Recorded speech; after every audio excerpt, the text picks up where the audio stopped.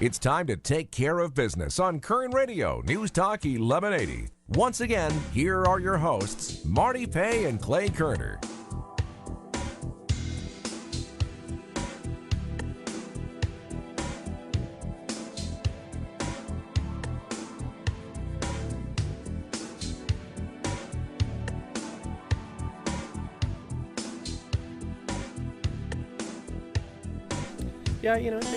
We are back on Taking Care of Business with Clay Kerner and Marty Pay. I want to read a little quote from Milton Friedman that seemed to be appropriate. Government bureaucracies, especially unionized ones, are like economic black holes where increased inputs lead to declining outputs. I thought that was very appropriate. You know, Marty, if I had my shame on sign, I'd be holding it up right now. Let's talk about that for a second before we take our call, okay, from Robert. I'm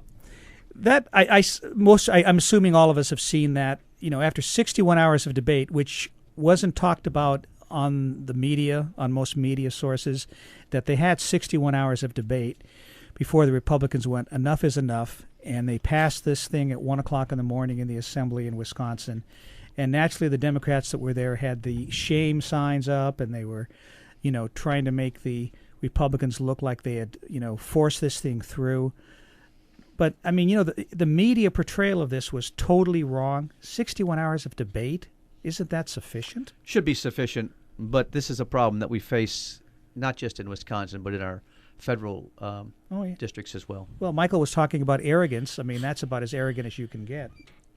Michael, Zack, any comment on that? Today's New York Times, there was a very telling story. It was the difference between state workers and private workers. And they had done a study of all 50 states. And where you really see the disparity, workers without college degrees. In the state of California, the state median wages for workers without college degrees is $43,000. In the private sector, it's $32,000. If you look at workers with college degrees in California, I got to scroll down the list here. There's about a $10,000 difference the other way, that private sector workers make more than the public sector, like school teachers. And I think that we really get into disparity, and it's really skews it when you look at the public safety aspect of this and the wages that we pay our public safety people, who generally, most of them go to a junior college and go through a training program, whether it's law enforcement or fire training, etc. And the great disparity in California, 34% higher wages in the area without college degrees. That's pretty phenomenal. Oh, that's incredible. And how do we let things get out of control like this is really, really, really amazing. There was an article I saw in the Wall Street Journal that said the unfunded liability, now this is just for the state and the local governments, is $3.5 trillion in unfunded pension liabilities. That's a heck of a lot of money. In Kern County alone, it's $1.5 billion. Wow. Part of that happened. There's two reasons for that. Three reasons for that. First reason is when they retroactively gave the pension increase. That created over a $700 million unfunded liability day one, because people who had worked 20 and 30 years got all those years credits at 3% rather than 2%. They didn't blend the old benefit and the new benefit, so it created that big hole. Then there was the stock market losses. And thirdly was the fact that our local pension fund has been underperforming the last 3 or 4 years, and it's just a big hole we're going to have to fill up. And who pays for that? That's the taxpayers. Well, was it the projection 8% anyways as a return? 8%. They lowered it to 7.75. The county has always monitored the PERS pretty much, and their returns are very similar to PERS. And what happened to Kern County, like what happened to PERS, is they generally overperform in the good times, but during the bad times, they underperform more. And I doubt if it averages out to 8%. Zach? Yeah, you're right. You're right. It's the returns can't keep up with the promise that was made 10 years ago, and that's the problem. If the .com boom continued on and into infinity, then you might have had a chance. But those they just weren't realistic expectations for a rate of return to be able to sustain that kind of a benefit. But in addition to the unfunded liability that Mike pointed out, this $1.5 billion.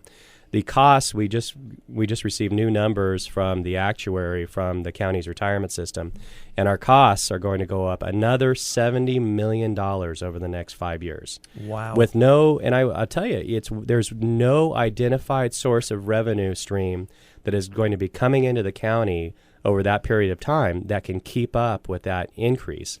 And when you saw the county looking at a $40 million budget deficit last year, there was a $37.5 million increase in retirement costs that was causing it. This year, you're looking at $20 million that we're going to have to cut out of the budget, and you have a $14 million increase in retirement costs. There is a direct relationship between the retirement costs going up and the budget problems that we're having at the county.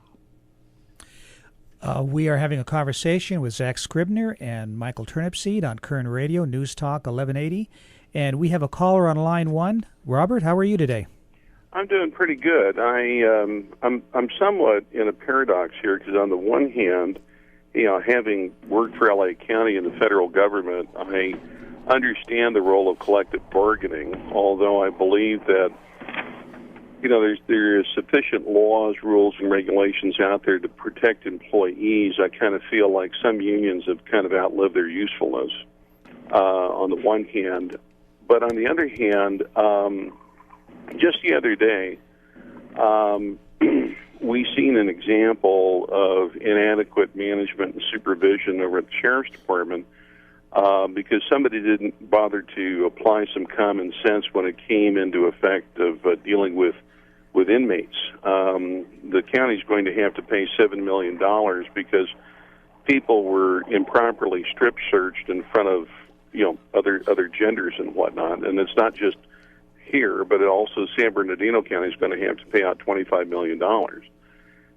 It's just that we do things within government that doesn't use a decent amount of common sense, and we're constantly getting kicked in the teeth.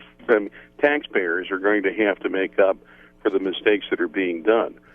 One of the questions that I wanted to ask both of your guests,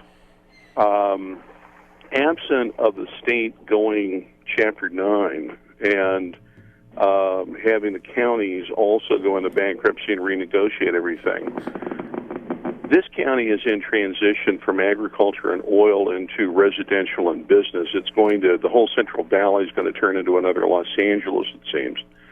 And how do we attract the best qualified people if we are in an island that can't recruit? I mean, we're going to end up getting what we pay for, and if we can't afford to attract the most qualified people, what are we going to end up getting as a result? Great. Robert, thank you for the question. Thank you. Zach? Well, Robert, thanks for the question. It's good to hear from you.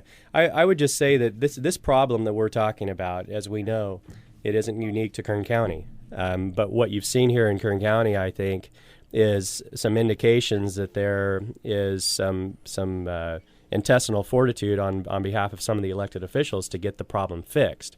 We know that it was a mistake 10 years ago to raise retirement costs to a level where you're paying people as much in retirement as they received when they worked for you, and they're retiring at a very young age, and they're potentially living 30 to 40 years after they retire at full pay.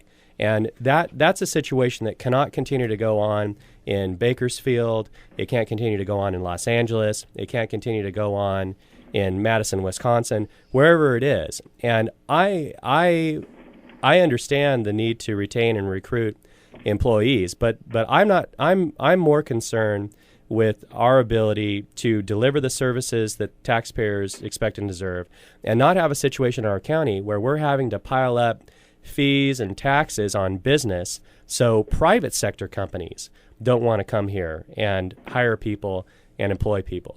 The only way for us to really dig ourselves out of this hole that we're in this state is to have a state government that responsibly spends its money and doesn't pile on business with onerous taxes and regulations, so we can't grow, this economy can't grow ourselves out of this problem. And I think that it's completely reasonable for us to provide a retirement for our police and firefighters, for instance, where they're after 30 years they can make 60% of their salary, and if they work till they're 55, they can increase that even more. But this notion of continuing to pay this 90, 100%, it can't go on. I don't think anybody truly believes it can. And those that are out there saying it can either don't understand the situation or they don't care. They just want to push their agenda. Exactly, Mike. I'm going to let you answer that when we get back. This is Taking Care of Business on Kern Radio Newstalk 1180. We'll be right back.